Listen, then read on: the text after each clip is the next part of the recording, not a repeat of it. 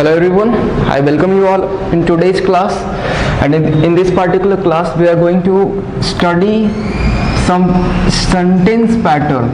Actually sentence patterns basically देखो तो हम लोगों ने वर्ब का चैप्टर completely फिनिश कर लिया है ना, लेकिन होता क्या है कि आपको सेंटेंस में कौन कौन सा एलिमेंट यूज किया गया सिंपली, ठीक है। आप देखते हो कि वर्ब के बाद जो कुछ भी यूज किया गया आप उसे कंसीडर कर लेते हो क्या कि वो सेंटेंस का क्या है, ऑब्जेक्ट है या प्रेडिकेट है, ऐसा आप कंसीडर कर लेते हो, ठीक है ना। तो आज सेंटेंस के हेल्प से हम लोग समझेंगे कि उसमें कौन कौन सा एलिमेंट हो सकता है, और ठीक है ना, जो भी हम लोगों ने वर्ब के टाइप्स को समझा, जितने भी टाइप्स है, ठीक है, कहाँ पे यूज होगा और उसके बाद क्या होगा, मतलब वर्ब के बाद जो यूज होने वाला वर्ड है कब ऑब्जेक्ट है, कॉम्प्लीमेंट है, डायरेक्ट ऑब्जेक्ट, इनडायरेक्ट ऑब्जेक्ट, ये सारी चीजों को हम लोग समझेंगे। ओके, तो देखो कितने तरीके का, मतलब एक सिंपल सेंटेंस की बात की जा रही है, अभी कॉम्प्लेक्स और कंपाउंड सेंटेंस की बात नहीं की जा रही है। एक सिंपल सेंटेंस में कितने तरीके का पैटर्न तैयार हो सकते हैं, उसमें कौन कौन से एलिमेंट्स हो सकते हैं, उस चीज को समझते हैं, ठीक है ना। तो सबसे पहले लिखा हुआ है कि फर्स्ट आपका देखो कोई भी सेंटेंस आप बनाते हो तो सबसे पहले आपको एक सब्जेक्ट की जरूरत होती है, उसके बाद आप एक वर्ब लिखने की कोशिश करते हो, ठीक है। और वो वर्ब कुछ भी हो सकता है, जैसे देखो आपके पास लिखा गया है फर्स्ट पैटर्न सब्जेक्ट और वर्ब के साथ, जैसे लिखा गया birds fly, she is laughing, the moon is shining, the baby was sleeping. थोड़ा सा समझोगे, देखो बहुत सारा छोटा सा चीज है, लेकिन अगर यही चीज नहीं समझ में आता ना तो आपको आगे बहुत दिक्कत हो जाता है, ठीक है। फाउंडेशन अगर क्लियर होगा ना, बेसिक, आप सेंटेंस को देखकर ये समझ पाते हो उसके सारे एलिमेंट को, तो है ना, छोटी सी बात है, ये चीज है, मानते हम भी, ठीक है, बट समझ रहे हो, नहीं अगर होगा तो आपको आगे प्रॉब्लम होगा, ट्रांजिटिव इंट्रांजिटिव को अगर नहीं पहचान पाओगे तो। जैसे लिखा गया वर्ड्स फ्लाई, अच्छा ये बताओ इस सेंटेंस के बाद कुछ लिखा जाएगा, अगर इन द स्काई लिखना जरूरी है कि नहीं है, या ऑप्शनल है, ये मैंडेटरी है क्या? अगर आप बोलोगे वर्ड्स फ्लाई तो क्या सेंटेंस का कंप्लीट सेंस तैयार नहीं हो रहा? बिल्कुल तैयार हो रहा है, ये तो नॉर्मल सा चीज है ना कि वर्ड्स फ्लाई तो वेयर, इन द स्काई, ये तो अंडरस्टैंडिंग का चीज है, खुद भी समझ सकते। अगर नहीं भी लिखा गया तो सेंटेंस अपने आप में कंप्लीट हुआ। तो ये जो वर्ब आपके पास लिखा गया है ना फ्लाई, ये बताओ कौन से वर्ब का टाइप है, ठीक है। ये जो फ्लाई लिखा गया है ये कौन सा वर्ब है, तो आप खुद बोलोगे कि कौन सा वर्ब है सर, इंट्रांजिटिव वर्ब। कौन सा वर्ब? Intransitive verb. तो इंट्रांजिटिव वर्ब क्यों हुआ?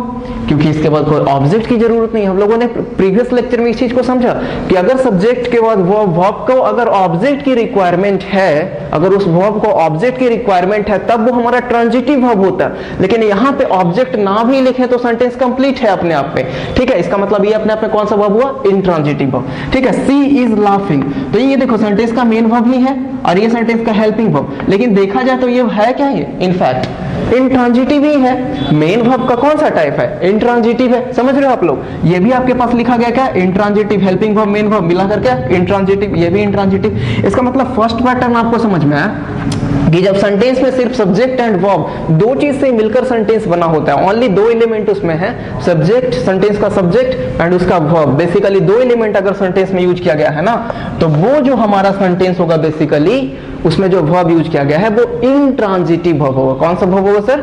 Intransitive verb. समझ रहे हो ना, क्यों? उसके बाद ऑब्जेक्ट नहीं है। फर्स्ट आप समझ गए सिंपल सेंटेंस का ना। सेकंड पर आओगे, सेकंड सेंटेंस के पैटर्न पे आओगे तो एक सेंटेंस जो हमारा बना होता है सब्जेक्ट, वर्ब एंड ऑब्जेक्ट से, ये सबको पता होता है, समझ रहे हो। और एक आपके पास लिखा गया सब्जेक्ट वर्ब कॉम्प्लीमेंट। चलो थोड़ा सा डिफरेंस को समझते चलोगे, ठीक है ना। एक आपके पास बोला गया कि एक सब्जेक्ट आपका बना, एक सेंटेंस आपका बना होगा सब्जेक्ट, वर्ब एंड ऑब्जेक्ट से मिलकर। तो जैसे लिखा गया she opened the door, I prefer coffee, you should help yourself, I know him. अब थोड़ा सा समझोगे कि ये ऑब्जेक्ट है क्यों, ठीक है ना, ऑब्जेक्ट क्यों है ये, इस चीज को आप समझोगे। तो एक चीज आपको माइंड में रखना होगा कि बहुत सारे स्टूडेंट्स को इस चीज में कंफ्यूजन हो जाता है ना, ऑब्जेक्ट एंड कॉम्प्लीमेंट में है बहुत ही छोटा सा चीज, लेकिन अगर नहीं समझते हो तो बहुत प्रॉब्लम क्रिएट हो जाता है, ठीक है। वॉइसेज में भी इस चीज में प्रॉब्लम होता है, ठीक है। देखो एक तरफ लिखा हुआ है सब्जेक्ट वर्ब एंड ऑब्जेक्ट, एक आपका पैटर्न बनाया गया सब्जेक्ट वर्ब एंड कॉम्प्लीमेंट, ठीक है। तो आपके पास ये पूछा जाएगा सी ओपनड व्हाट, क्या पूछा गया सर? सी ओपनड व्हाट, तो व्हाट का रिप्लाई आपको क्या दोगे यहाँ पे? व्हाट का रिप्लाई आप दे रहे हो यहाँ पे द डोर, व्हाट का रिप्लाई द डोर दोगे। आई प्रीफर व्हाट, तो व्हाट का रिप्लाई दोगे कॉफी।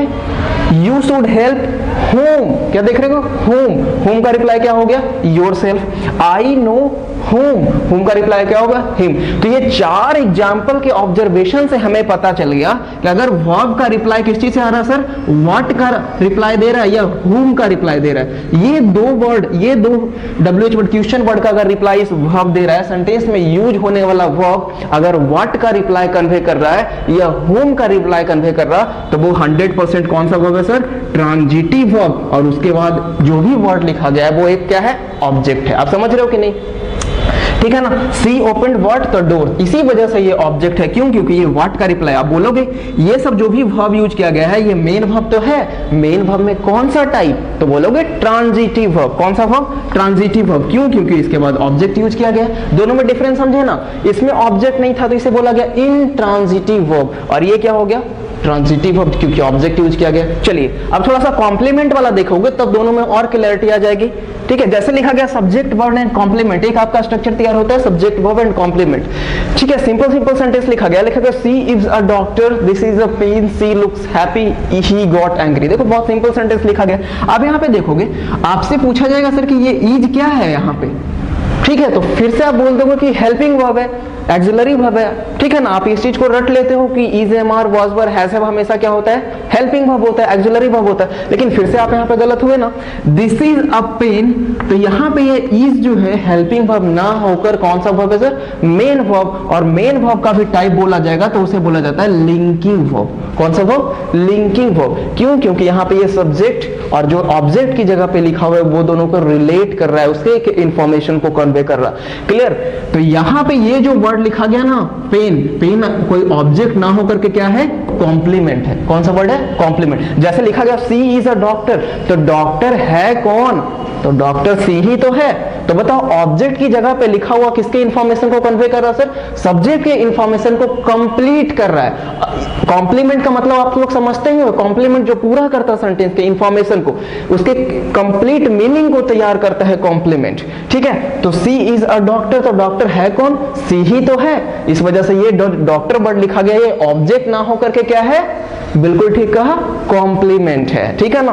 फिर लिखा गया सी लुक्स हैप्पी, तो यहाँ पे ये जो वर्ड हैप्पी लिखा हुआ है तो आप अंडरलाइन करने बोलेंगे तो बोलोगे ये सब्जेक्ट, ये वर्ब और ये ऑब्जेक्ट। फिर से गलत हो जाओगे ना, ये ऑब्जेक्ट तो नहीं हो सकता। क्यों? क्योंकि यहाँ पे कोई एक्शन वर्ब तो नहीं ना। ये लुक्स अपने आप में कौन सा वर्ब है सर? Linking verb. और सी लुक्स हैप्पी, तो हैप्पी है कौन? हैप्पी सी ही तो है। इसका मतलब ये जो वर्ब लिखा गया ये ऑब्जेक्ट ना होकर के क्या है? कॉम्प्लीमेंट है। तो ऑब्जर्वेशन से आप समझ पा रहे हो कि ऑब्जर्वेशन से आपको एक चीज पता चला कि ऑब्जेक्ट की जगह पे जो लिखा होता है कभी कभी सेंटेंस में, लेकिन वो इंफॉर्मेशन सब्जेक्ट का ही दे रहा होता, वो है इनफैक्ट सब्जेक्ट की ही क्वालिटी। इसी वजह से वो सब्जेक्ट कॉम्प्लीमेंट के नाम से जाना जाता है, वो सब्जेक्ट के इंफॉर्मेशन को पूरा कर रहा है। लेकिन इस एग्जांपल में आप देखोगे तो क्या ये जो वर्ड लिखा गया द डोर, सी से कोई रिलेशन है क्या? सी ओपन द डोर, तो आप पूछोगे सी ओपन व्हाट, तो व्हाट का रिप्लाई द डोर, तो सी अलग चीज हो गया, डोर अलग चीज है ना, तब ये ऑब्जेक्ट है। क्लियर? दोनों में डिफरेंस, माइनर सा डिफरेंस है। ही गॉट एंग्री, ठीक है, यहां पे गॉट है, ये भी कौन सा वर्ब है सर? लिंकिंग वर्ब ही है। तो एंग्री है कौन? तो एंग्री ही तो है। इसका मतलब जो ऑब्जेक्ट की जगह पे लिखा हुआ वर्ड है वो इंफॉर्मेशन किसका कन्वे कर रहा है? इसी सब्जेक्ट का इंफॉर्मेशन कन्वे कर रहा है। इसी चीज को हम लोग क्या बोलते हैं? कॉम्प्लीमेंट। कॉम्प्लीमेंट आपको समझ में आया कि ऑब्जेक्ट की जगह पे लिखा हुआ इंफॉर्मेशन किसका दे रहा होगा सर? सब्जेक्ट का ही इंफॉर्मेशन दे रहा है, उसी चीज को हम लोग बोलते हैं कॉम्प्लीमेंट। समझ गए? नेक्स्ट पैटर्न पे आओगे, 4th नंबर पैटर्न पे आते हो, तो कभी कभी सेंटेंस में आपको दो ऑब्जेक्ट दिखाई देता है। कितना ऑब्जेक्ट दिखाई देता? दो ऑब्जेक्ट दिखाई देता। तो उस दो ऑब्जेक्ट है तो एक का नेम दिया जाता है इनडायरेक्ट ऑब्जेक्ट एंड दूसरे का डायरेक्ट ऑब्जेक्ट। आप लोग समझे? अब देखोगे कौन सा ऑब्जेक्ट सेंटेंस में जरूरी है, कौन सा ऑब्जेक्ट सेंटेंस में मैंडेटरी होता है और कौन सा चलेगा, ऐसे ही ऑप्शनल होता है, नहीं भी रहेगा तो ठीक है। ठीक है, जैसे लिखा गया सब्जेक्ट, पैटर्न देख रहे हो, सब्जेक्ट वर्ब पहले इनडायरेक्ट ऑब्जेक्ट आएगा, उसके बाद डायरेक्ट ऑब्जेक्ट। जैसे आपके पास लिखा गया I gave her my book, देख रहे हो sentence, I gave her my book, तो आपसे पूछा जाएगा ना, चलिए अगर इस हर को हाइड कर दे, छिपा दिया जाए, आपसे पूछा जाएगा आई गेव माई बुक, तो सेंटेंस कंप्लीट नहीं है क्या? अगर बोले कोई बंदा कि I gave her book, I gave my book, तो बताओ ये सेंटेंस कंप्लीट नहीं है क्या? यहाँ पे हर लिखना जरूरी है? बिल्कुल भी नहीं, ऐसे ही सेंटेंस का मीनिंग कंप्लीट हो रहा है। लेकिन यहाँ पे अगर हर लिख दिया जाता है, ठीक है, तो ये क्या हो गया, देखोगे अभी हम लोगों ने समझा कि रिप्लाई व्हाट का और होम का, कौन कौन से वर्ड का सर, व्हाट का और होम का रिप्लाई ही ऑब्जेक्ट होता है। तो यहाँ पे देखोगे आई गेव व्हाट, तो व्हाट का रिप्लाई क्या हुआ सर, माई बुक, व्हाट का रिप्लाई माई बुक हुआ। ये चीज आप लोग समझ रहे हैं ना। अब पूछा जाएगा आई गेव होम, तो होम का रिप्लाई क्या दोगे, हर। तो देख लो एक ही सेंटेंस में आपको दोनों वर्ड का रिप्लाई मिल रहा। तो जो व्हाट का रिप्लाई होता है ना, जो सेंटेंस में व्हाट का रिप्लाई होता है, वही हमारा है डायरेक्ट ऑब्जेक्ट। कौन सा ऑब्जेक्ट है, डायरेक्ट ऑब्जेक्ट। और जो सेंटेंस में होम का रिप्लाई होता है ना, वही हमारे सेंटेंस का इनडायरेक्ट ऑब्जेक्ट है। ये चीज आप लोग समझे। जब सेंटेंस में दो दो ऑब्जेक्ट आपको दिखाई देता, तो एक ऑब्जेक्ट हमारा इनडायरेक्ट और दूसरा डायरेक्ट। डायरेक्ट किस, कौन सा, जो व्हाट का रिप्लाई हो, और इनडायरेक्ट कौन सा, जो होम का रिप्लाई हो। अब आपको समझ में आया, होम का रिप्लाई किसको रेफर करता है सर, होम का रिप्लाई एक पर्सन को रेफर करता है, एक इंसान को रेफर करता है। लेकिन अगर व्हाट का रिप्लाई की बात करें, तो व्हाट का रिप्लाई एक ऑब्जेक्ट को रेफर करेगा, है ना, जैसे द बुक। लेकिन हर क्या है, एक इंसान है। चलिए समझ रहे हैं ना। नेक्स्ट एग्जांपल आपके पास लिखा गया, सी सोड मी हर नोट्स।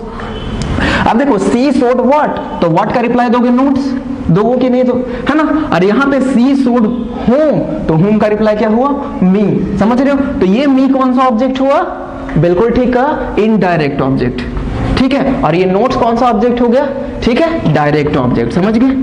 नेक्स्ट आपके पास लिखा गया he gifted me a shirt, ठीक है। तो ही गिफ्टेड व्हाट, तो व्हाट का रिप्लाई हुआ शर्ट, तो ये अपने आप में कौन सा वर्ड हुआ सर, डायरेक्ट ऑब्जेक्ट। ही गिफ्टेड होम, तो होम का रिप्लाई मी, तो ये सेंटेंस का कौन सा ऑब्जेक्ट, इनडायरेक्ट ऑब्जेक्ट, ठीक है। फिर लिखा गया they give him some money, तो आपसे पूछा जाएगा दे गिव व्हाट, तो व्हाट का रिप्लाई क्या दोगे, मनी, तो मनी अपने आप में कौन सा ऑब्जेक्ट हो गया, डायरेक्ट ऑब्जेक्ट। लेकिन पूछा जाएगा दे गिव होम, तो होम का रिप्लाई दोगे हिम, तो ये इनडायरेक्ट ऑब्जेक्ट। ये सेंटेंस के चार फोर्थ आपके बेसिक पैटर्न को समझ पाए आप, कि एक हमारा sentence basically subject and verb से बस दो एलिमेंट इसमें होंगे। दूसरा आप समझे कि तीन एलिमेंट हो सकते हैं, सब्जेक्ट वर्ब एंड ऑब्जेक्ट। तीसरा आप समझे कि सब्जेक्ट वर्ब एंड कॉम्प्लीमेंट से भी सेंटेंस बन सकता है। फोर्थ नंबर में आप समझे कि सब्जेक्ट भी हो सकता है, वर्ब हो सकता है, इनडायरेक्ट ऑब्जेक्ट हो सकता है और डायरेक्ट ऑब्जेक्ट हो सकता है। चार सारे एलिमेंट हो सकते हैं। ये चीज आप लोगों को समझे। अगर इसको भी एनालाइज करने लगे ना, ठीक है, तो इसमें आप ये देखोगे, थोड़ा सा आप समझोगे, आई गेव हर व्हाट, तो व्हाट का रिप्लाई से बुक होगा, क्या होगा सर, व्हाट का रिप्लाई से बुक होगा, तो बुक अपने आप में डायरेक्ट ऑब्जेक्ट है और ये इनडायरेक्ट। तो ये माई क्या है, ये भी क्वेश्चन बन जाएगा ना कि ये बीच में जो माई लिखा हुआ ये क्या है।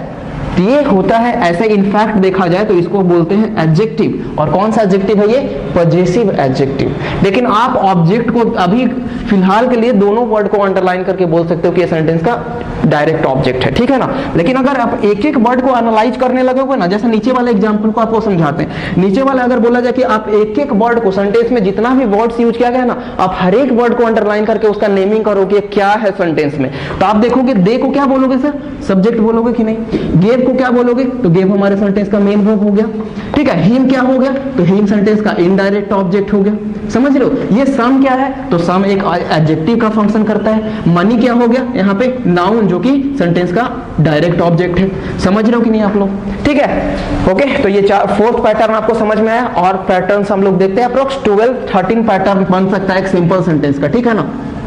सारे पैटर्न को समझेंगे तो आपको समझ में आ जाएगा कि सेंटेंस में कौन कौन सा एलिमेंट्स का यूज हो सकता है सिंपल सेंटेंस में, ठीक है। चलिए ओके, अगर नेक्स्ट पैटर्न देखोगे, 5th नंबर पैटर्न पे अगर आए, ठीक है, तो आपके पास क्या लिखा हुआ, सेंटेंस का सब्जेक्ट वर्ब, एक डायरेक्ट ऑब्जेक्ट, और कभी कभी इसके बाद आपको एक प्रीपोजिशन देखने को मिल सकता है, ठीक है ना। और उसके बाद भी अगर कुछ लिखा हुआ है तो वो क्या है, आपका प्रीपोजिशनल ऑब्जेक्ट। देख लो कितने एलिमेंट हो गए, 1 2 3 4 5, क्लियर। जैसे एग्जांपल आपके पास लिखा गया, I give my book to him, ठीक है। एग्जांपल से ऑब्जर्व करोगे, एक एक चीज को समझोगे, ठीक है ना। लिखा गया I gave my book to him, आपसे पूछा जाएगा, बाइक लिखा हुआ है sorry, I gave what, what का रिप्लाई, आप इसी चीज को समझने की कोशिश करो। व्हाट का रिप्लाई ही ऑब्जेक्ट होता सर, ठीक है ना। व्हाट का रिप्लाई और होम का रिप्लाई की बात करोगे तभी वो ऑब्जेक्ट हो सकता। तो आई गेव व्हाट, तो व्हाट का रिप्लाई यहाँ पे बाइक है, ठीक है। तो ये जो वर्ड यूज किया गया ये अपने आप में सेंटेंस का डायरेक्ट ऑब्जेक्ट है, क्लियर। और यहाँ पे आप टू जानते हो कि प्रीपोजिशन के तौर पे यूज हुआ, टू प्रीपोजिशन है। तो ये क्या है सर, हिम जो लिखा हुआ ये क्या है, तो ये आपका प्रीपोजिशनल ऑब्जेक्ट है। क्या हो गया आपका प्रीपोजिशनल ऑब्जेक्ट, समझे आप लोग। इसका मतलब प्रीपोजिशन के बाद अगर आपको कोई ऑब्जेक्टिव केस देखने को मिलता है तो वो हमारा ना ही कोई कॉम्प्लीमेंट है ना ही इनडायरेक्ट ऑब्जेक्ट है, उसे हम लोग बोलते हैं प्रीपोजिशनल ऑब्जेक्ट। क्लियर। नेक्स्ट आपके पास लिखा गया सी पास्ट व्हाट, तो व्हाट का रिप्लाई आप क्या दोगे, वॉल, बॉल ही तो दोगे, तो व्हाट का रिप्लाई अपने आप में क्या होता, ठीक बोला, डायरेक्ट ऑब्जेक्ट। ठीक है, तो ये आपका टू क्या है यहाँ पे प्रीपोजिशन, तो फिर से हिम क्या हुआ, प्रीपोजिशनल ऑब्जेक्ट। समझ रहे हो ना, ये आपका प्रीपोजिशनल ऑब्जेक्ट हो गया। फिर लिखा गया he gifted a dress to her, तो ही गिफ्टेड व्हाट, तो व्हाट का रिप्लाई क्या बोलोगे सर, व्हाट का रिप्लाई इस ड्रेस को ही तो बोलोगे ना, तो ये जो व्हाट का रिप्लाई है तो फिर से ये डायरेक्ट ऑब्जेक्ट हुआ। तो टू प्रीपोजिशन, तो ये हर क्या, फिर से प्रीपोजिशनल ऑब्जेक्ट। ओके, तो इस पैटर्न को आप लोग समझे ना। ठीक है, कि सेंटेंस का सब्जेक्ट लिखा हुआ, उसके बाद आपका वर्ब, फिर direct object, preposition and prepositional object. चलिए ये पैटर्न आप लोग समझ गए। नेक्स्ट आपका सिक्स पैटर्न अगर देखा जाए तो आपका क्या होगा, जैसे एग्जांपल से देखोगे, सी वॉश द प्लेट्स क्लीन। अब यहाँ पे देखोगे, अगर फुल स्टॉप यहीं पे कर दे सेंटेंस में, प्लेट्स में ही फुल स्टॉप कर दिया जाए तो आपसे पूछा जाएगा ना सी वॉश्ड व्हाट, तो व्हाट का रिप्लाई क्या दोगे, प्लेट्स। आप ऑब्जर्व कर पा रहे हो कि सिर्फ फर्स्ट वाला जो पैटर्न हमारा था ना वही इंट्रांजिटिव वर्ब का था। इट मींस उसके बाद हमें कोई भी ऑब्जेक्ट की जरूरत नहीं थी। ये चीज आप लोग समझ गए। उसके बाद जैसे जैसे हम पैटर्न को आगे बढ़ाते जा रहे हैं तो आप देख रहे हो कि हर एक सेंटेंस में कुछ ना कुछ वर्ब के बाद लिखा जा रहा है, इधर वो कॉम्प्लीमेंट है या तो ऑब्जेक्ट है, डायरेक्ट ऑब्जेक्ट है, इनडायरेक्ट ऑब्जेक्ट है। ठीक है ना, अगर वो कॉम्प्लीमेंट था तब हम उसे बोल रहे थे लिंकिंग वर्ब या वो स्टैटिक वर्ब के तरीके से काम कर रहा है, लेकिन अगर वो ऑब्जेक्ट है तो ये है क्या सर। अगर मेन वर्ब का टाइप आपसे पूछा जाए कि ये मेन वर्ब में भी कौन सा टाइप है तो आप क्या बोलोगे, ट्रांजिटिव वर्ब। कौन सा वर्ब हो गया, ट्रांजिटिव वर्ब। क्यों, क्योंकि इसके बाद ऑब्जेक्ट है। रीजन भी समझ में आना चाहिए। ठीक है, अब देखोगे ये क्लीन होना, क्लीन, ओपन, स्ट्रॉन्ग, फैट, ये सब क्या है अपने आप में, ये सब तो एडजेक्टिव है। और एडजेक्टिव बेसिकली क्या करते हैं कि स्टेट को ही तो बता रहा होता है। ठीक है ना, जैसे अगर बोले सी इज ऑनेस्ट, तो ऑनेस्ट होना क्या है यहाँ पे, एडजेक्टिव। तो इज यहाँ पे कौन सा वर्ब हो गया, लिंकिंग वर्ब। और ऑनेस्ट को देखा जाए तो इस सेंटेंस में किस चीज का काम कर रहा है, वो कॉम्प्लीमेंट का काम। ठीक है, तो ये चीज आप समझ गए कि यहाँ पे जो वर्ड क्लीन लिखा हुआ है ये क्या है, एक एडजेक्टिव है और ये स्टेट को बता रहा होता है। ठीक है, किसके, इस ऑब्जेक्ट के। Clear. He pushed the door open, तो ही पुश्ड व्हाट, तो व्हाट का रिप्लाई आप द डोर दोगे कि नहीं। ठीक है, और ओपन, ओपन यहाँ पे क्या है सेंटेंस का, एडजेक्टिव के तरीके से काम कर रहा है। ठीक है, आई लाइक व्हाट, तो टी, आई माइट ही हो गया, और स्ट्रॉन्ग यहाँ पे क्या हो गया सेंटेंस का, एडजेक्टिव। ये चीज आप लोग समझे। इस पैटर्न को भी, ये ऐसे उतना खास यूज होता है नहीं इस पैटर्न को। ठीक है, अभी तक हम लोग जो first, second, third, fourth and fifth pattern तक आए ये बहुत ही ज्यादा प्रोमिनेंटली यूज होता है आपको। ठीक है, ये आपको बहुत कम यूज देखने को मिलेगा। इसमें देखोगे कुछ वर्ब्स फॉलो किया जाता है, जैसे लिखा गया गेट, वीट, keep, drive, like, wish, turn and find. This type of words जो बेसिकली होगा तो इसके बाद एक ऑब्जेक्ट एंड एक एडजेक्टिव के फॉर्म में एक स्टेट को बताने वाला वर्ड लिखा जाता है। ठीक है, तो सिक्स्थ पैटर्न उतना ज्यादा इंपॉर्टेंट नहीं है। अगर 7 नंबर पैटर्न पे आओगे तो लिखा गया आपका, इसमें क्या क्या एलिमेंट्स हो सकता है, तो जैसे लिखा गया this car belongs to me. अभी हम समझे कि प्रीपोजिशन के बाद अगर कोई ऑब्जेक्ट लिखा हुआ है सर, अगर प्रीपोजिशन के बाद कोई ऑब्जेक्टिव केस लिखा गया तो उसे कौन सा ऑब्जेक्ट बोलोगे आप लोग, प्रीपोजिशनल ऑब्जेक्ट। कौन सा ऑब्जेक्ट, प्रीपोजिशनल। अभी समझे कि एक डायरेक्ट ऑब्जेक्ट हो रहा है, एक इनडायरेक्ट ऑब्जेक्ट हो रहा है, लेकिन अगर प्रीपोजिशन के बाद लिखा हुआ है तो वो प्रीपोजिशनल ऑब्जेक्ट है, समझे ना। तो लिखा गया this car belongs to me, simple sentence ही है। तो ये कार तो हमारे सेंटेंस का सब्जेक्ट हुआ, बिलोंग्स क्या हो गया सेंटेंस का वर्ब। ये टू जब अपने आप में प्रीपोजिशन है तो मी क्या हो गया सर, प्रीपोजिशनल ऑब्जेक्ट। समझ गए। फिर लिखा गया she met with an accident, तो सी मेट, मेट हमारे सेंटेंस का मेन वर्ब हो गया। विथ जो है, विथ अगर प्रीपोजिशन है तो एक्सीडेंट यहाँ पे क्या हो गया, प्रीपोजिशनल ऑब्जेक्ट। समझ गए। ही सक्सीडेड इन हिज अटेम्प्ट, अच्छा सक्सीडेड अपने आप में सेंटेंस का जब मेन वर्ब है, इन प्रीपोजिशन, तो अटेम्प्ट क्या हो गया सर, प्रीपोजिशनल ऑब्जेक्ट। ठीक है, एक पैटर्न को आप लोग समझे, सिंपल सा था, सेंटेंस के बाद सब्जेक्ट, उसके बाद वर्ब, अगर प्रीपोजिशन है तो उसके बाद जो ऑब्जेक्ट होगा उसको हम लोग टेक्निकली प्रीपोजिशनल ऑब्जेक्ट के नाम से जानते हैं। ठीक है, नेक्स्ट 8 नंबर पैटर्न पे आओगे तो एक पैटर्न होता है आपका, कभी कभी सेंटेंस में इन्फिनिटिव्स का यूज होता है। जो स्टूडेंट्स प्रीवियस लेक्चर को अटेंड कर चुके हैं उन्हें ये पता होगा कि इन्फिनिटिव्स एक्चुअली में होता क्या है। ठीक है, तो इन्फिनिटिव्स एक बार बता दिया जाए आपको कि वर्ब का कौन सा फॉर्म, अगर टू के साथ अगर वर्ब का फर्स्ट फॉर्म कहीं पे लिखा हुआ है बेसिकली, और ये फर्स्ट फॉर्म बेस फॉर्म ही होता है, तो ये आपका इन्फिनेटिव्स का फॉर्म है, इसे हम लोग क्या बोलते हैं, इन्फिनेटिव्स। ये आपका वर्ब एडवांस का टॉपिक होता है, ठीक है ना। वर्ब एडवांस के टॉपिक में हम लोग इन्फिनेटिव्स, जेरंड एंड पार्टिसिपल्स को पढ़ते हैं, उसी का एक पार्ट है आपका इन्फिनेटिव्स, ठीक है। तो जैसे अच्छा ये चीज भी आप जानते होंगे कि अगर इन्फिनेटिव्स आपको पता है तो आपको ये भी पता होगा कि इन्फिनेटिव्स का फंक्शन क्या होता है सर, वो टू प्लस, वो है तो वर्ब, वो है तो एक वर्ब, लेकिन फंक्शन किस चीज का कर रहा होता है, फंक्शन एक नाउन का कर रहा होता है। ये चीज हम लोगों ने समझा, ठीक है, कि 2 + V1 देखने में तो आपको लग रहा है ये वर्ब है, लेकिन फंक्शन किस चीज का कर रहा है सर, नाउन का। और बहुत ही छोटा सा एग्जाम, बहुत ही बोल सकते हो छोटी सी बात है, लेकिन बहुत ज्यादा इंपॉर्टेंट है कि किसी भी सेंटेंस का सब्जेक्ट एंड ऑब्जेक्ट की बात करें तो वो पार्ट्स ऑफ स्पीच का सिर्फ 2 ही पार्ट, या तो कोई नाउन या तो कोई प्रोनाउन ही हो सकता है। इसके अलावा सेंटेंस का कोई भी मतलब पार्ट्स ऑफ स्पीच का और कोई भी वर्ड सेंटेंस का सब्जेक्ट एंड ऑब्जेक्ट नहीं हो सकता है। देखो बार बार इस चीज पे फोकस कर रहे हैं, बहुत ही छोटा सा बात ये, लेकिन बहुत इंपॉर्टेंट हो जाता है, ठीक है। लिखा गया सी वांट्स टू स्लीप, देखो टू के साथ लिखा गया यहाँ पे स्लीप, तो पूछा जाएगा सी वांट्स व्हाट, तो व्हाट का रिप्लाई आप क्या दोगे, व्हाट का रिप्लाई टू स्लीप दोगे कि नहीं दोगे, ठीक है। तो जब ये व्हाट का रिप्लाई है तो इनफैक्ट है क्या, नाउन है, और जब ये नाउन है तो सेंटेंस का ऑब्जेक्ट हुआ कि नहीं हुआ, समझ रहे हो आप लोग।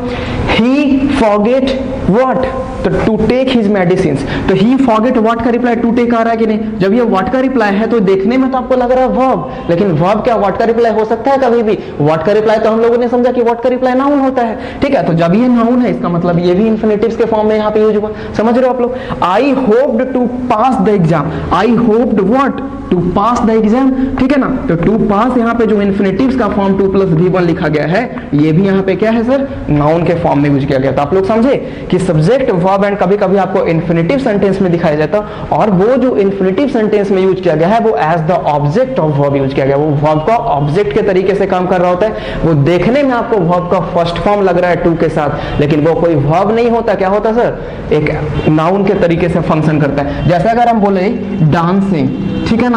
अभी चलिए जेरंड के बारे में समझते हैं। चलो ये 4 पैटर्न आप लोग समझ में आया, एक बार बोलोगे, ठीक है। सेंटेंस में पहले सब्जेक्ट, उसके बाद वर्ब, डायरेक्ट ऑब्जेक्ट, प्रीपोजिशन, अगर प्रीपोजिशन के बाद दिखा गया तो प्रीपोजिशनल ऑब्जेक्ट, ये चीज समझे। एक पैटर्न आपका ये तैयार हुआ, उसके बाद सब्जेक्ट वर्ब, कोई नाउन या प्रोनाउन आपको लिखा हुआ मिलेगा, और इसी के स्टेट को बताने के लिए आपके लिए एक वर्ड एडजेक्टिव लिखा हुआ मिलेगा। एक पैटर्न ये तैयार हो गया। नेक्स्ट पैटर्न आपका सब्जेक्ट के बाद वर्ब, प्रीपोजिशन, उसके बाद प्रीपोजिशनल ऑब्जेक्ट, ये आपका एक पैटर्न हो गया। कभी कभी सेंटेंस में वर्ब, सब्जेक्ट वर्ब, उसके बाद इन्फिनेटिव्स, और इन्फिनेटिव्स क्या होता है, as the object of verb use होता है। ये चीज आप लोग समझ गए। तो ये आपका 8 पैटर्न आपका सेंटेंस का कंप्लीट हो गया। 8 टाइप का सिंपल सेंटेंस आप इस तरीके से तैयार कर सकते हो। आपके सामने कोई सेंटेंस लिखा हुआ है तो आप सेंटेंस में कौन कौन सा एलिमेंट, जो वर्ड, एक एक वर्ड को देखकर आप समझ सकते हो कि ये जो है ग्रामेटिकल फंक्शन इस चीज का क्या है, कौन से पार्ट्स ऑफ स्पीच से बिलोंग करता है, समझ गए। तो 4-5 पैटर्न और बचे हुए हैं, उसको देखते हैं, ठीक है ना। एक नजर आप देखोगे इसको, ओके गाइस। अब नेक्स्ट पैटर्न को देखोगे 9th नंबर पैटर्न पे।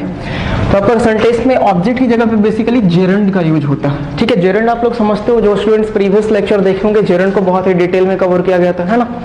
तो जैसे लिखा गया, he has finished talking, he has finished talking, she loves playing guitar, I enjoy going there. तो आप देख रहे हो सेंटेंस में क्या हो रहा है, सेंटेंस में जो मेन वर्ब है, मेन वर्ब के जस्ट बाद आपको दिखाई दे रहा है कि वर्ब का आईएनजी फॉर्म दिखाई दे रहा है ना, प्लेइंग, टॉकिंग, सिंगिंग, गोइंग। लेकिन बताओ, ऐसे तो आप लोग देखोगे तो ये वर्ब का आईएनजी फॉर्म है, ठीक है, और हम लोग कॉन्टिन्यूअस एक्शन में यूज करते हैं, बट यहाँ पे कोई ये वर्ब नहीं है सर, यही आपको समझना होगा। यहाँ पे ये जो वर्ड यूज हुआ है, यहाँ पे ये जेरंड के तौर पे यूज हुआ, और जेरंड का फंक्शन होता है क्या, एक नाउन के तरीके से, ठीक है ना। तभी ये ऑब्जेक्ट और सब्जेक्ट की जगह पे लिखा जाता है। ये चीज आप लोग समझे। इसका मतलब एक आपका पैटर्न तैयार हुआ, सेंटेंस का पहले सब्जेक्ट वर्ब और ऑब्जेक्ट की जगह पे क्या लिखा जाएगा, जेरंड का फॉर्म, समझे ना। जैसे आपसे पूछा जाएगा, ही हैज फिनिश्ड व्हाट, तो व्हाट का रिप्लाई आप क्या दोगे, टॉकिंग ही तो दोगे। आपसे पूछा जाएगा, शी लव्स व्हाट, तो व्हाट का रिप्लाई क्या करोगे, प्लेइंग गिटार ही तो बोलोगे ना। ही स्टार्टेड व्हाट, तो व्हाट का reply singing. I enjoy what, going there, ठीक है। तो देख रहे हो जितना भी वर्ड है बेसिकली व्हाट का रिप्लाई ही तो आ रहा। देखो एक पॉइंट है, लेकिन हर एक जगह पे अप्लाई हो रहा कि नहीं, एक ही पॉइंट है, और स्टार्टिंग से देख रहे हो हर एक जगह पे अप्लाई हो रहा है। व्हाट का रिप्लाई, व्हाट का रिप्लाई, होम का रिप्लाई आपको देखते जाना है, ठीक है। तो रिप्लाई हमारा व्हाट का हो रहा, और ये बेसिकली जेरंड के फॉर्म में यूज हुआ है, ठीक है। तो जेरंड आप लोग समझ गए। वर्ब का कौन सा फॉर्म सर, आईएनजी फॉर्म। कौन सा फॉर्म, आईएनजी फॉर्म अगर सेंटेंस में नाउन के तौर पे यूज होता है, दैट इज कॉल्ड जेरंड। और अगर 2 + V1 का फॉर्म अगर जेरंड मतलब नाउन के तौर पे यूज होता है, दैट इज इन्फिनेटिव्स। अभी थोड़ा सा पहले देखे थे। चलिए, तो जेरंड वाला समझ गए आप लोग। नेक्स्ट आपके पास 10 पैटर्न था, 10 नंबर पैटर्न में कि क्या होता है, कभी कभी इन्फिनेटिव्स का यूज होता सेंटेंस में। इन्फिनेटिव्स में भी कौन सा इन्फिनेटिव आप लोग जानते हो, दो तरीके का इन्फिनेटिव्स हमारा होता है, एक फुल इन्फिनेटिव और टू के साथ वर्ब का first form, and where infinitive without to, सब कुछ बताया गया, ठीक है ना। जैसे लिखा गया I want you to help him, लिखा गया आई वॉन्ट यू, तो यहाँ पे ये सेंटेंस का ऑब्जेक्ट, ये जो 2+V1 का फॉर्म है ये एक्चुअली में है क्या सर, ये इन्फिनेटिव का फॉर्म ही तो है। आप लोग जानते हैं ना 2+V1 क्या होता है, इन्फिनेटिव होता है। लिखा गया the doctor advised him to rest, him to rest, तो हिम सेंटेंस का यहाँ पे प्रोनाउन के तौर पे यूज हो रहा है, ऑब्जेक्ट है, और टू रेस्ट, रेस्ट अपने आप में, टू रेस्ट को एक साथ बोलोगे तो वो इन्फिनेटिव का फॉर्म हो गया, ठीक है। I allowed Rohit to go, I allowed whom, तो होम का रिप्लाई रोहित, तो रोहित सेंटेंस का क्या है सर, ऑब्जेक्ट, और टू गो की बात करोगे तो ये सेंटेंस का क्या होगा, इन्फिनेटिव के फॉर्म में यूज हुआ, समझे। अब अगर आप इन्फिनेटिव्स का लेक्चर को कंप्लीट किए होगे ना, इन्फिनेटिव्स जो हाफ एन आवर का कंप्लीट किया गया, अगर उसमें आप कंप्लीट देखे होगे तो आपको समझ में आएगा कि कौन कौन सा वर्ब्स ऐसा होता जिसके बाद हम लोग इन्फिनेटिव का यूज करते हैं, ठीक है ना। Which verbs are followed by infinitives only, and ये भी आपको बताया गया था which verbs are followed by gerund only, and which verbs are followed by both infinitives and gerund, बताया गया कि था नहीं, है ना। तो यही कुछ एग्जांपल्स आपके पास, जैसे begin, decide, want, like, love, ये सब जो वर्ड होता है बेसिकली इन्फिनेटिव के द्वारा फॉलो किया जाता है। आपके पास लिखा गया begin, start, prefer, enjoy, finish, avoid, ये सब वर्ड आपको जेरंड के थ्रू फॉलो किया जाता है, ठीक है ना। सब कुछ बताया हुआ, बस आप पैटर्न को समझ रहे हो कि सिंपल सेंटेंस का कितने टाइप का पैटर्न आपका बन सकता है ना। एक 11 नंबर पैटर्न पे आओगे तो 11 नंबर पैटर्न में आपका क्या लिखा गया कि सेंटेंस में कभी कभी पार्टिसिपल का भी यूज किया जाता है। आप पार्टिसिपल आप लोग भी जानते हो कि नहीं, ठीक है, बिल्कुल जानते हो, जो लेक्चर को कंप्लीट किए हैं, है ना। तो पार्टिसिपल होता क्या सर, पार्टिसिपल एक आपका वर्ब का आईएनजी फॉर्म अगर एडजेक्टिव के तौर पे यूज होता है, या वर्ब का थर्ड फॉर्म अगर एडजेक्टिव के तौर पे यूज होता है, तो वही तो हमारा पार्टिसिपल है ना। जैसे आपके पास लिखा गया I saw him crossing the road, क्या लिखा गया sir, I saw him crossing the road, तो आई सॉ ये सेंटेंस का मेन वर्ब हो गया, और ये सेंटेंस का ऑब्जेक्ट। तो पूछा जाएगा आपसे क्रॉसिंग क्या है एक्चुअली में, तो क्रॉस, क्रॉस्ड, क्रॉस्ड, क्रॉसिंग तो वर्ब का आईएनजी फॉर्म है, तो आप बोलोगे कि वर्ब है, लेकिन वर्ब का आईएनजी फॉर्म तो बिल्कुल सही हुआ, लेकिन यहाँ पे फंक्शन किस चीज का कर रहा है सर, तो यहाँ पे फंक्शन वो एक एडजेक्टिव का कर रहा है, और जब कोई भी वर्ब का आईएनजी फॉर्म एक एडजेक्टिव का फंक्शन करता, that is called present participle, समझ गए। यू केप्ट मी वेटिंग, तो वेटिंग, वेट का आईएनजी फॉर्म वेटिंग है, ठीक है ना, लेकिन यहाँ पे ये सेंटेंस का एडजेक्टिव के तरीके से काम कर रहा है, तो यहाँ पे भी ये क्या है, present participle. I heard him shouting, ठीक है, तो शाउटिंग भी यहाँ पे क्या है, प्रेजेंट पार्टिसिपल। समझ गए कि कैसा स्ट्रक्चर, सेंटेंस के साथ पहला सब्जेक्ट, उसके बाद verb, noun and pronoun object के तौर पे। देखो नाउन एंड प्रोनाउन लिखने का मतलब समझे ना कि यही दोनों एक ऐसा वर्ड है पार्ट्स ऑफ स्पीच का जो सेंटेंस के ऑब्जेक्ट के तरीके से यूज होता है या सेंटेंस के सब्जेक्ट के तरीके से यूज होता है, समझे। उसके बाद अगर प्रेजेंट पार्टिसिपल लिखा हो तो प्रेजेंट पार्टिसिपल आपका वर्ब का आईएनजी फॉर्म होगा, क्लियर, समझ गए। नेक्स्ट आपका लास्ट पैटर्न आपका सेंटेंस का बेसिकली, ठीक है ना, 12 नंबर पैटर्न को देखोगे तो ये क्या हो गया हमारा, सेंटेंस का कोई भी सब्जेक्ट पहले यूज किया जाएगा, उसके जस्ट बाद वर्ब, ऑब्जेक्ट के तौर पे कोई नाउन एंड प्रोनाउन, उसके बाद बेयर इन्फिनिटिव का फॉर्म। तो बेयर इन्फिनिटिव आप लोग समझ गए क्या होता है bare infinitive, verb without to. अगर 2+V1 आपको सेंटेंस में लिखा मिलता तब तो वो हमारा फुल इन्फिनिटिव है सर, लेकिन अगर इसी 2 को हटाकर लिख दोगे ना, ठीक है, तब ये हमारा क्या हो गया, बेयर इन्फिनिटिव। बस ये डिफरेंस है, बेयर का मतलब क्या होता है, विदाउट, विदाउट टू अगर लिखा जाता है दैट इज बेयर इन्फिनिटिव, ठीक है। जैसे एग्जांपल आपके पास लिखा गया I will not let you go, ठीक है ना, I will not let you go, तो लेट हमारा सेंटेंस यहाँ पे मेन वर्ब हुआ, ये देखो ऑब्जेक्टिव के इसके फॉर्म में यूज हुआ, तो ये जो वर्ब का फर्स्ट फॉर्म लिखा गया है ना, यहाँ पे ये क्या है, इन्फिनिटिव्स। और कौन सा इन्फिनिटिव सर, बेयर इन्फिनिटिव, समझिए आप लोग। लिखा गया be made him finish the work, ठीक है, बी मेड हिम फिनिश, तो फिनिश क्या, देखो मेन वर्ब तो हमारा मेड हो गया यहाँ पे ना, ये जब मेन वर्ब है तो फिनिश क्या है, क्या सेंटेंस में दो मेन वर्ब एक साथ यूज हो सकता है, नहीं। आप लोग इस चीज को समझ चुके हो कि अगर दो वर्ब आपको दिखाई देता तो एक हमारा फाइनाइट वर्ब है और दूसरा नॉन फाइनाइट वर्ब है, ये चीज आप लोग समझे ना, ठीक है। तो बी मेड, मेड अपने आप में जब ये फाइनाइट वर्ब मतलब मेन वर्ब है, तो ये फिनिश क्या है सर, तो फिनिश आपका बेयर इन्फिनिटिव का फॉर्म है, ठीक है। आपके लिखा गया I bade the boy leave the room, अच्छा आई वेड द बॉय, तो वेड तो अपने आप में वर्ब का सेकंड फॉर्म मतलब मेन वर्ब के तरीके से यूज हो रहा है, ये सेंटेंस का ऑब्जेक्टिव केस है, तो ये लीव क्या है, तो लीव आपका बेयर इन्फिनिटिव हो गया, ठीक है, अगर यही verb का फर्स्ट फॉर्म अगर टू के साथ लिखा होता तो वो फुल इन्फिनेटिव होता। तो आप लोग 3 पॉइंट को समझे ना, ठीक है, कि जेरंड कब हो रहा है वर्ब, जब वर्ब में आईएनजी लगा हुआ है, वो नाउन का फंक्शन कर रहा है, तब वो जेरंड है। अगर इन्फिनेटिव्स की बात करें तो फुल इन्फिनेटिव्स की बात करोगे तो 2 + V1 लिखा हुआ है, वो नाउन का फंक्शन कर रहा है, तो वो हमारा फुल इन्फिनेटिव है। अगर इस 2 को रिमूव कर दोगे, ये ऑलरेडी वर्ब का फर्स्ट फॉर्म लिख दिया जाए, तो वो बेयर इन्फिनेटिव हो गया, ठीक है ना। अगर वर्ब का आईएनजी फॉर्म एक एडजेक्टिव का फंक्शन करने लगे, ठीक है ना, तो दैट इज कॉल्ड पार्टिसिपल। और पार्टिसिपल में भी कौन सा पार्टिसिपल सर, प्रेजेंट पार्टिसिपल, ठीक है। अगर वर्ब का थर्ड फॉर्म एडजेक्टिव की तरह फंक्शन करे तो दैट इज पास्ट पार्टिसिपल। हम लोग सारे चीजों को कवर कर चुके हैं, है ना। तो यहाँ पे आप जाकर बोल सकते हो कि आपके पूरे के पूरे वर्ब का एक तरीके से बोले कि बेसिक तो लेकर एडवांस लेवल तक सारे टॉपिक को कवर कर दिया गया, ठीक है। एक बार आपको बता दिया जाए क्या क्या कवर किया गया, आप अगर कौन कौन सा टॉपिक आपको छूटा हुआ है तो कवर करोगे, ठीक है ना।